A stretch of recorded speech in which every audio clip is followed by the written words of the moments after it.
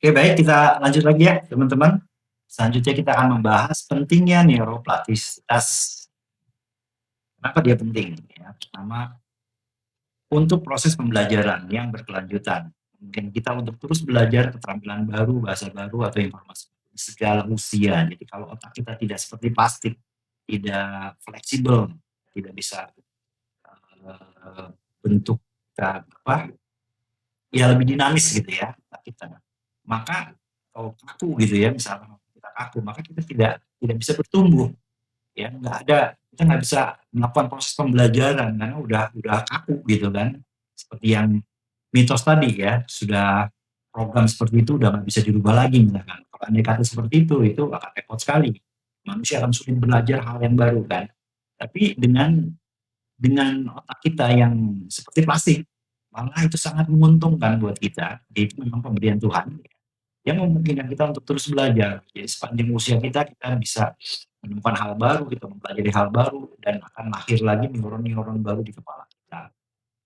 Bahasa baru, kita mempelajari bahasa, ya, makanya sampai orang bisa menguasai 12 bahasa gitu ya. Itu karena kita memiliki kemampuan untuk terus belajar. Kita ya. Atau informasi baru di segala usia. Itu pentingnya dari neuroplastisitas. Dan kemudian adaptasi.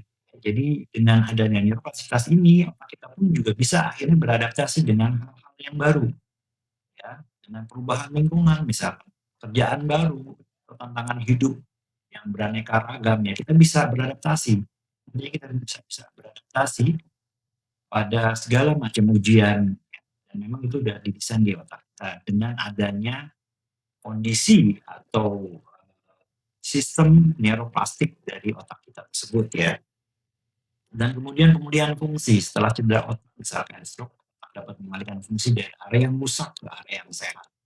Mungkin kita pernah dengar ya orang yang terkena stroke, akhirnya dia ikut terapi dan dia terus belajar lagi menggerakkan tangannya atau dia belajar jalan lagi, dan pada akhirnya mereka atau dia akhirnya berhasil sembuh, bisa sehat kembali, dia bisa menggerakkan tangannya atau mungkin dia bisa akhirnya berjalan lagi. Nah, orang menyangka bahwa itu sembuh gitu ya, ternyata tidak. Ternyata yang terjadi adalah otaknya yang kena stroke itu memang sudah rusak ya sudah tidak bisa digunakan ya, memang sudah rusak. Tapi ternyata sebagian otaknya yang masih sehat ini mengambil alih kerja dari otak yang sudah rusak ini. Jadi segala memori yang ada di otak yang sudah rusak ini di-copy dan kemudian sistemnya, cara kerjanya diduplikasi, copy, dan akhirnya dia bisa menjalankan organ tubuhnya dengan normal kembali karena mengcopy dari kerjaan otaknya yang sebelumnya ini. Jadi otaknya yang baru ini yang akhirnya membuat orang tersebut bisa berfungsi kembali ya tubuhnya ya. Makanya kita juga pernah mendengar bahwa ada orang yang mungkin dia mendapatkan musibah, akhirnya diamputasi entah tangannya entah kakinya gitu diamputasi. Tapi anehnya otaknya tersebut ya, walaupun organ tubuhnya udah nggak ada, otaknya tersebut masih bisa merasakan organnya yang udah nggak ada itu. Seakan-akan organnya itu masih nempel di badannya. Itu kenapa? Ternyata adalah otak kita menyimpan memori dari organ yang telah hilang itu.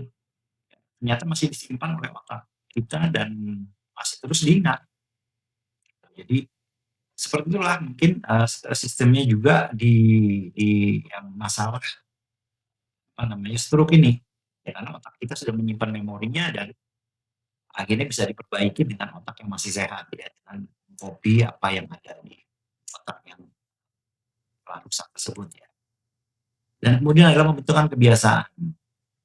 Jadi kita bisa merubah kebiasaan kita baik ke buruk, jangan dari baik ke buruk, dari buruk menjadi baik ya, jangan dari baik ke buruk ya. Dan itu bisa kita rubah dengan cara ya kita terus melakukan hal yang baru ya, atau kebiasaan baru yang lebih baik ya. Mungkin rasanya tidak enak, yang disebut keluar dari zona nyaman gitu ya, karena kita tidak biasa melakukannya. Tapi kalau kita terus melakukannya, ibarat seperti sejalan di hutan tadi, dia akan terus terbiasa, kita akan terus lewatin terus, lama-lama makin besar, makin di jalan raya, dan kita udah terbiasa akhirnya. dari yang kita nggak biasa akhirnya jadi terbiasa, ya dan akhirnya kita bisa meninggalkan, kebiasaan yang buruk tersebut, ya. Jadi kebiasaan yang buruk tersebut lama-lama kita tinggalkan, bisa jadi kalau kita nggak pikirkan lagi lama-lama terhapus. Seperti itu makanya fungsinya dari neuroplasticity itu luar biasa. Dan kemudian untuk kesehatan mental, memahami neuroplastisitas dapat membantu dalam terapi depresi, kecemasan, dan masalah mood lainnya karena menunjukkan bahwa pola pikir dan emosi dapat berubah. Jadi itulah pentingnya kita memahami neuroplastisitas sehingga kita bisa mengatur otak kita, mengatur segala macam emosi dan kecemasan karena kita adalah masternya, kita adalah tuannya dari otak kita sendiri. Jadi kita yang mengatur, gitu ya.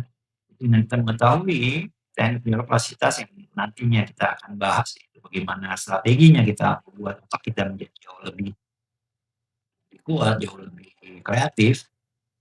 Paling tidak teman-teman di awal ini sudah mengetahui bahwa memang ini adalah perkara yang memang harus teman-teman ketahui betapa luar biasanya otak kita, ya. Sehingga kita bisa, memperbaiki banyak hal ya. Dan selanjutnya ya oke kita akan membahas lagi selanjutnya, bagaimana neuroplastisitas mempengaruhi kreativitas ya. Di sini kita akan lanjutkan lagi di video selanjutnya ya teman-teman ya, biar nggak terlalu panjang. Oke, sampai di video selanjutnya. Thank you.